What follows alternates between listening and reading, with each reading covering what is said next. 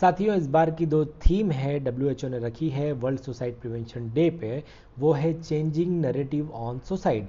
ये केवल एक साल की थीम नहीं है, ये आगामी 3 वर्षों तक की थीम है, 2024, 25 से 26 तक।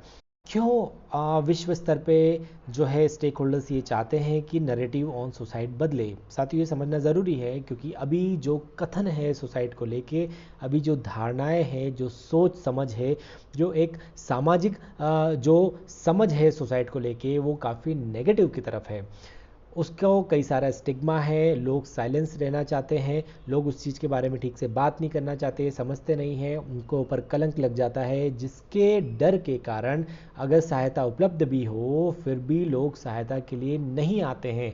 साथियों, ये गैप के कारण, जिसे ट्रीटमेंट गैप करते हैं, ऑल्दो इसे किसी बीमारी के संदर्भ में कहा जाता है, पर अगर सुसाइड को भी आप एक इशू समझे, सुसाइडलिटी को मेंटल हेल्थ इशू समझे, तो इसका समाधान के लिए भी लोग नहीं आते हैं या ऐसी जगह चले जाते हैं जहां वास्तव में समाधान नहीं होता है, केवल उन्हें ऐसा लगता है। तो नैरेटिव चेंज करना बहुत ज़रूरी है। ऐसा माना गया है कि अगर आप चीज़ों के नैरेटिव ही चेंज करें, सुसाइड से जुड़ी हुई चीज़ों के ही अगर नैरेटिव चेंज करें, तो उससे कई सारे ऐसे पॉजिटिव बदलाव आ सकते हैं, सकारात्मक बदलाव आ सकते हैं, जिससे हेल्प सीकिंग बिहेवियर बढ़ सकता है, लोग मदद के लिए आ सकते हैं और फाइनली उनकी मदद हो सकती है।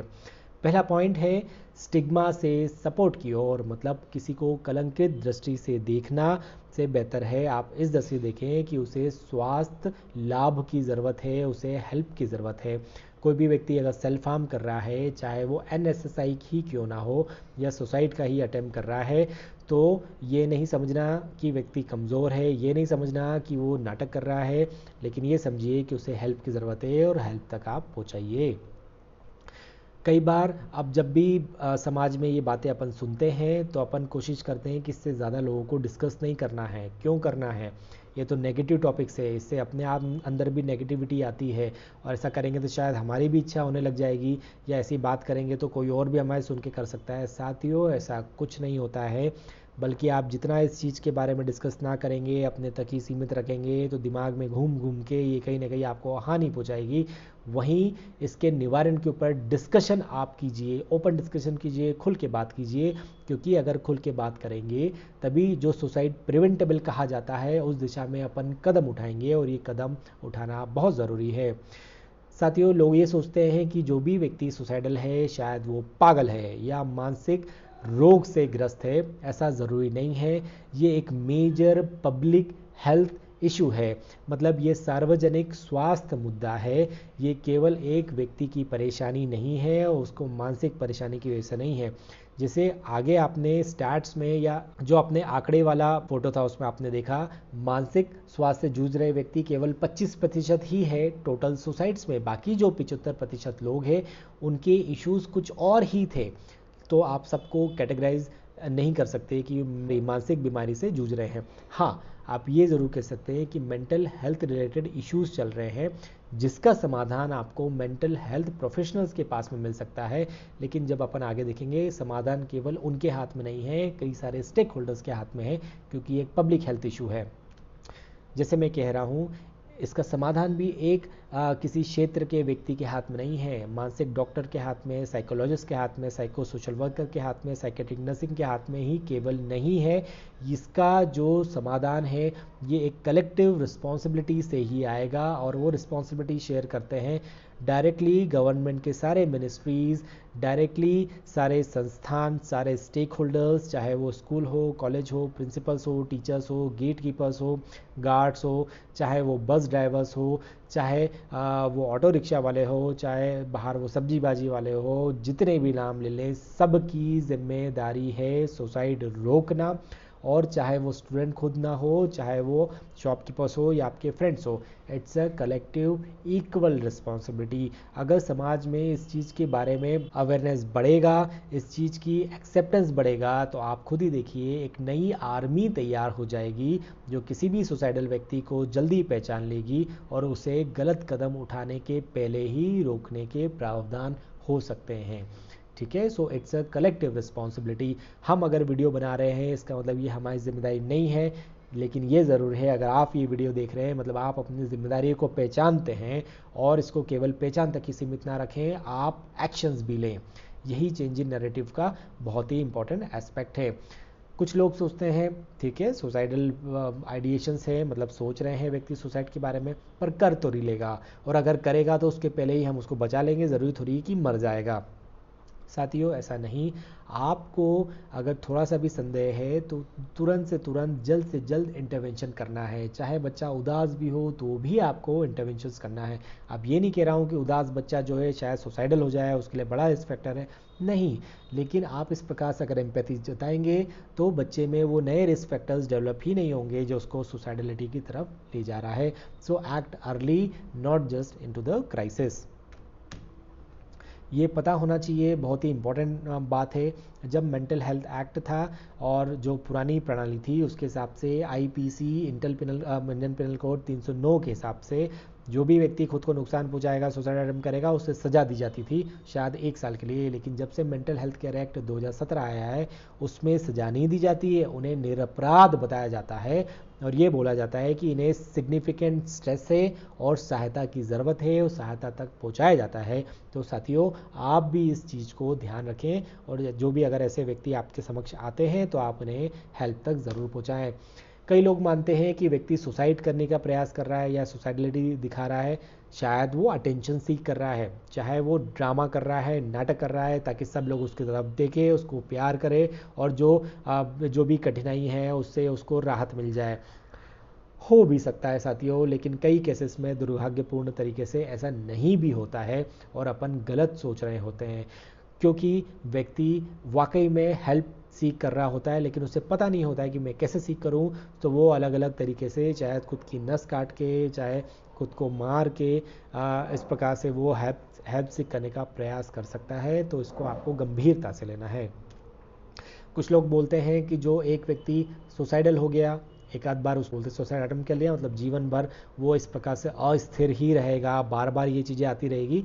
जी नहीं, ऐसा ज़रूरी नहीं है। जैसे आप देख पा रहे हैं, अगर आप एविडेंस बेस्ड तरीके से उसकी हेल्प करेंगे तो ज़रूर वो अपनी स्थिरता तक पहुंच सकता है और आगे शायद ये चीज़ या रिस्क फैक्टर्स वापस डेवलप ना हो। कुछ लोग ये भी मानते हैं कि it's a sign of mental weakness, वो वीक है इसलिए वो सुसाइडलिटी की तरफ जा रहा है, उससे जिया नहीं जा रहा है और जो उससे अपेक्षा है वो कर नहीं पा रहा है। लेकिन साथियों ऐसा नहीं है, हो सकता है कि अंदर वो काफ़ी चीज़ों से सफ़र कर रहा हो सकता है अपने ही विचारों से ही सफ़र कर रहा हो, अपनी धारणाओं से ही सफ़र कर रहा हो, परिवार में दूसरी चीज़ों से सफ़र कर रहा हो, या कुछ ऐसी बात ऐसी घटना है जो उसके साथ में घटी हो, किसी को बता नहीं पा रहा हो, उससे सफ़र कर रहा हो, इसके बाद वो सुसाइडल हो गया हो। So it's not a sign of mental weakness rather than it is a sign that the person is suffering significantly and require help। साथियों कई बार अपन प्रयास करते हैं चीज़ों को अपने दम पे सुलझाने का। अगर कोई सुसाइडल व्यक्ति आता है तो अपन प्रयास करते हैं उसे समझाने का, नई नई चीज़ें समझाएं, रीज़न समझाएं, लॉजिक समझाएं, उन्हें लेक्चर देने लग जाते हैं, उनकी बात ठीक से सुनते भी नहीं, डायरेक्ट इंप्रेशन बनाते हैं, अरे ये तो गलत है, ऐसा नहीं करना चाहिए, क्यों कर रहा है, एक्सेट्रा एक्सेट्रा। लेकिन ऐसा नहीं है, आपको धैर्य रखना है, आपको लेक्चर नहीं देना है बल्कि आपको लिसन करना है कि वो कहना क्या चाह रहा है। हो सकता है जो चीज़ें बता रहा हो पूरी तरह गलत हो लेकिन उसके लिए वो सही है, इसलिए वो जो है शायद सुसाइडल हो गया है। सो आपको चीज़ें धैर्य से सुनना है, जो आपको समझ में आया उसके बाद जो उचित रेफरल होगा वो आपको करना है। कुछ और भी धारणाएं हैं या समझ है कि सुसाइड के ऊपर काम करना तो वेस्ट ऑफ रिसोर्सेस है, मतलब कि संसाधनों की बर्बादी है। जो व्यक्ति सुसाइड करना चाहता है वो तो कर ही लेगा और उससे अच्छा आपको जो है उसके ऊपर खर्चा नहीं करना चाहिए, टाइम बर्बाद नहीं करना चाहिए। नहीं साथियों ऐसा नहीं है, सुसाइड इज़ 100% प्रिवेंटेबल। अगर आप उचित स्टेप्स समय पे लेंगे तो वो ज़रूर प्रिवेंट हो जाएगा और आगे बहुत चांसेस है कि वापस ऐसी स्थिति नहीं बनेगी। तो आपको इन्वेस्ट करना है प्रिवेंशन पे, ना ऐसा सोचना है कि वो वेस्ट ऑफ रिसोर्सेस है। कुछ लोग मानते हैं कि ये होता है विदाउट वार्निंग, लेकिन साथियों ऐसा भी नहीं है।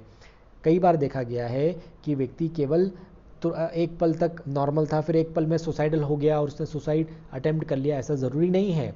हो सकता हो इस बात के महीनों बीत गए हों, उसके दिमाग में बात आई हो, धीरे धीरे करके प्रोसेस करके सही गलत समझ के फिर वो इस स्थिति में पहुंचा हो। जब तक उस फेज से गुजर रहा होता है तब तक वो कई सारे ऐसे साइन डिपिक्ट कर देता है जो वार्निंग साइंस के अंडर आते हैं, जो अपन ने डिस्कस किया था। केवल आप वार्निंग साइंस देख नहीं पाए इसका मतलब ये नहीं कि वार्निंग साइंस प्रेजेंट नहीं है, प्रस्तुत नहीं है। आपको देखना है, ये आपकी जिम्मेदारी है। कुछ लोग बोलते हैं कि ये केवल थ्रेट करते हैं अपने डिमांड को पूरा करने के लिए, लेकिन नहीं साथियों, धारणाएं बदल लीजिए। अधिकतर लोग ये उनकी क्राई फॉर हेल्प है या ये मदद के लिए पुकार है। साथियों, अब अपन पहुंच गए हैं अपने प्रेजेंटेशन की अंत की ओर। मैं आशा करता हूं आप सभी ने कुछ तो ऐसे पॉइंट सीखे हो जिससे आपको लाभ प्राप्त हो और जिसको बड़े स्तर पे जाके जब आप इस चीज़ का अनुसरण करेंगे तो आप बदलाव ला सकें। साथियों, मैं फिर से कहूँगा, सुसाइड से मृत्यु तो एक व्यक्ति की दिखाई जाती है, स्टैट्स एक व्यक्ति का दिखाता है, लेकिन स्टैट्स कभी भी ये नहीं बताता कि कितने लोग नकारात्मक तरीके से प्रभावित हुए हैं, सिग्निफिकेंटली प्रभावित हुए हैं, उनकी ज़िंदगियां बर्बाद हो गई है क्योंकि उनके किसी फैमिली मेम्बर ने सुसाइड किया था। तो suicide kills one but destroys entire family, और मे बी समाज या कुटुंब भी उनका डिस्ट्रॉय हो सकता है। तो ये बहुत ही बड़ी बात है।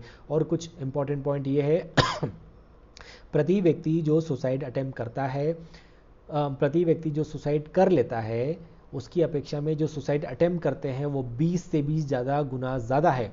तो अगर पूरे विश्व में 7 से 8 लाख लोग सुसाइड कर रहे हैं तो उसका 20 गुना कर लीजिए, मतलब 1.5 से 2 करोड़ लोग सुसाइड अटेम्प्ट कर रहे हैं। अगर 8 लाख लोग सुसाइड कर रहे हैं तो 1.5 से 2 करोड़ लोग सुसाइड अटेम्प्ट कर रहे हैं। ये अपने आप में ही कितनी परेशान कर देने वाली बात है, इसको अपन हल्के में नहीं ले सकते हैं।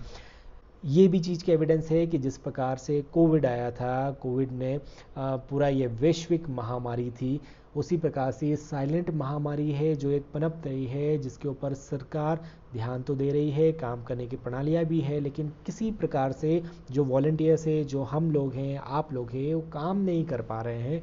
करना बहुत ज़रूरी है, लेकिन अदरवाइज़ पता चलेगा कुछ समय बाद अपन इस महामारी से गुजर रहे हैं जिसका नाम है mental health problem, suicidality, etcetera etcetera.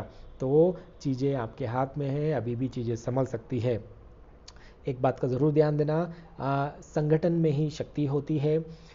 आप जो सुसाइड प्रॉब्लम आप जो देख रहे हैं वो प्रॉब्लम किसी एक व्यक्ति की नहीं है, सभी लोगों की है। इसका सॉल्यूशन भी किसी एक व्यक्ति के हाथ में नहीं है, संगठन के हाथ में है, सबके हाथ में है।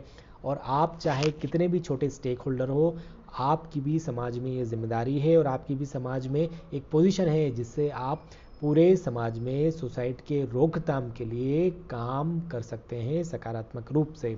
इसी के साथ मैं इजाज़त चाहूँगा। मैं चाहता हूँ कि आप इस वीडियो को जितना हो सके उतना फैलाएं, एजुकेशनल संस्थान तक भी आप इसको जो है लेके जाएं, और आप हमारे चैनल को सब्सक्राइब करें। इसी प्रकार से मानसिक स्वास्थ्य से जुड़ी हुई कई सारी चीज़ें हम लाते रहेंगे।